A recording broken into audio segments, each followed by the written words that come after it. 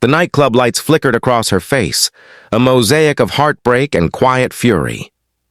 Lila sat at the bar, dressed in black silk that shimmered under the golden glow, her mascara barely masking the traces of tears. Her ex danced a few feet away with someone new, laughing like the last 3 years meant nothing. Her heart was breaking, but her pride refused to show it. So when the bartender asked if she wanted another drink, she smiled bitterly and whispered, "Make him regret losing me." The man beside her, tall, broad-shouldered, with dark eyes that looked like they'd seen 1,000 sins, turned his head slowly. His lips curved into a faint, knowing smirk. "Careful what you wish for," he murmured, voice deep as smoke. "Some of us know how to make people regret things. Permanently." Lila didn't realize it yet, but she had just caught the attention of the city's most dangerous man. And her. Heartbreak was about to become the start of something far more dangerous than love. The bass thumped through the club like a second heartbeat, echoing the ache inside Lila's chest. She sat at the far end of the marble bar, fingers tracing the rim of her glass, watching the man she used to love dance with someone else. Daniel's laughter carried over the music, loud, carefree, cruelly familiar. The same laugh that used to melt her heart now burned like salt in an open wound. She blinked hard, forcing the tears back, and took another sip of her drink. Tonight wasn't supposed to be about crying. It was supposed to be about revenge, or at least pretending she didn't care. "Another?" the bartender asked, tilting his head toward her half-empty glass. "Yeah," she said, her voice flat. "Make it strong. Make me forget." Before the bartender could move, a voice from beside her spoke, low and velvety. "Forgetting's a waste of good pain." She turned, startled. The man sitting next to her didn't belong in this chaotic place. He wasn't part of the glitter and noise.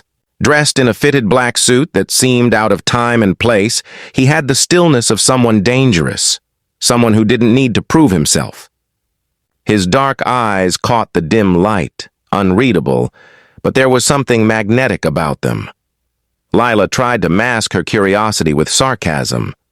"And you are, what? The philosopher of heartbreak?" A faint smirk played on his lips. "Just someone who's seen what pain can turn into if you use it right." She scoffed, turning back to her drink. "Yeah, and what's that? Wisdom?" "Power," he said simply. That single word made her glance at him again. There was no arrogance in his tone, just quiet certainty. She studied his hands, noticing the faint scars along his knuckles, the subtle glint of an expensive watch. He didn't strike her as a businessman. More like a man who gave orders and expected them followed. She tried to sound casual. "You seem like the kind of guy who enjoys control." He met her gaze with calm intensity. "Only when it's deserved." She laughed softly, though there was no humor in it. "Maybe I could use some of that control right now. My ex is out there acting like I never existed." His eyes flickered toward the dance floor. Daniel was twirling his new girl under the flashing lights, his hand resting possessively on her waist. Lila's throat tightened. The stranger's voice was barely audible over the music. "You want him to regret it, don't you?" She didn't know why she answered honestly. "More than anything." He leaned closer, his breath warm against her ear. "Then say it." She blinked, confused. "Say what?" "Say what you really want." Her pulse quickened. Maybe it was the alcohol, maybe it was the pain, but she whispered without thinking, "Make him regret losing me."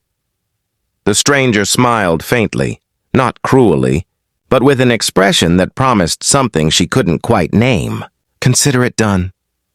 Lila laughed nervously, thinking he was joking, but there was something in his eyes that stopped her cold. A glimmer of truth, of danger, of something far too real. She turned back to her drink, trying to shake off the shiver that ran through her. Somewhere behind her, Daniel laughed again, and for a fleeting second, she thought she saw the stranger glance toward him, not with envy, not with pity, but with intent. And as the lights flickered across his sharp features, Lila couldn't help but wonder who exactly she had been talking to, and what her whispered wish had just set in motion. The music grew louder, vibrating through the walls, but Lila barely heard it anymore. Her mind was still spinning from the stranger's words. She stared down at her drink, the ice slowly melting, her reflection rippling in the glass. Consider it done. He had said it so calmly, like a man promising something inevitable. Part of her wanted to laugh it off, but another part, the broken, angry part, didn't care. If someone wanted to make Daniel regret everything, so be it. He deserved it. When she glanced back at the dance floor, Daniel and the blonde girl were gone. The sudden emptiness hit her harder than she expected. She sighed, reaching for her phone out of habit, then froze. There it was, his name lighting up her screen. Daniel. You're making a fool of yourself, Lila. Go home. Her chest tightened. The message wasn't cruel, but it was condescending. The kind of thing he always said when he wanted to remind her she was beneath him. Before she could even type a reply, the stranger next to her leaned over slightly, catching sight of the text. Ex-boyfriend? He asked, voice smooth and unbothered. Lila didn't answer right away. Something like that. He dumped me 3 weeks ago. Moved on faster than I could blink. The stranger's gaze lingered on her for a moment, sharp and assessing. And you still let him talk to you like that?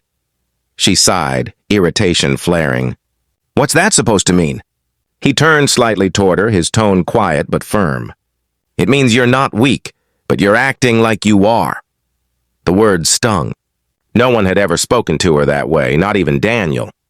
This man didn't sound cruel. He sounded like he saw straight through her, right down to the part of her that still wanted to be loved. She looked away, her throat tightening.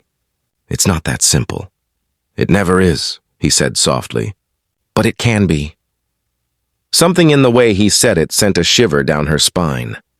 There was a confidence there, the kind that didn't come from words but from power, real, dangerous power. She tried to laugh it off again, to lighten the air between them. You sound like you've done this before, making people regret things. He took a slow sip of his drink. You could say that. She raised an eyebrow. So what are you exactly? A therapist for broken hearts? For the first time he smiled, a real one, faint but darkly amused. No, he said. I'm the man people come to when apologies don't mean anything anymore.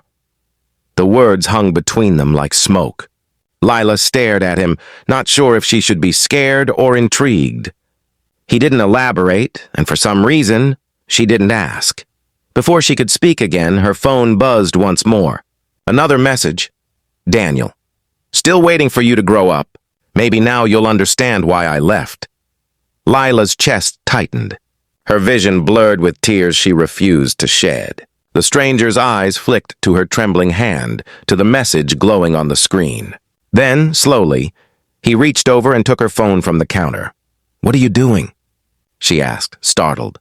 He looked down at the message, his expression unreadable.